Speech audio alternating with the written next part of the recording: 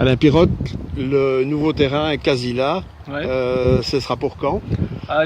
Donc ils installent la date finale doit être le 15 septembre, mais je pense qu'ils seront prêts avant, puisqu'on va livrer le tapis et le poser après le week-end du 15 août. Donc ça s'annonce bien. Si le temps le permet, tout devrait être installé en une semaine, donc la semaine après le 15 août. Donc, après on installe tout ce qui est grillage, de protection, etc.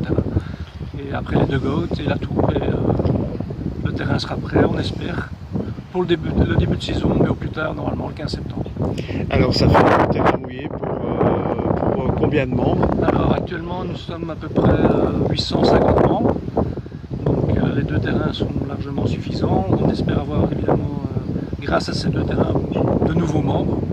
Donc là, le club va continuer à grandir comme il a fait ces dernières années, avec de nouveaux membres. Après, évidemment, il faudra le projet du clubhouse, que nous allons commencer à remettre début septembre. Nous rencontrons la commune pour leur présenter un projet que nous avons mis en place, pour voir comment on pourra financer, comment on pourra installer ce clubhouse. Ce terrain permettra d'organiser des compétitions internationales. Oui, il aura l'homologation FIH, donc on pourra effectivement, si la fédération le souhaite, organiser des matchs internationaux ici.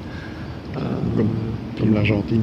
Puis comme on avait fait à l'époque pour l'inauguration du nouveau terrain, du premier terrain, on avait fait Belgique-Argentine qui avait eu un très gros succès à l'époque. Donc nous on est effectivement prêts à faire des matchs internationaux. Il faut voir évidemment si les conditions le permettent, etc.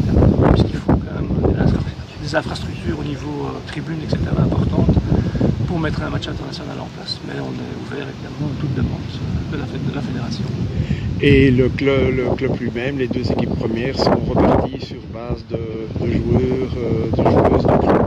Oui, alors donc on favorise pour nos équipes seniors les joueurs du club, c'est vraiment la priorité.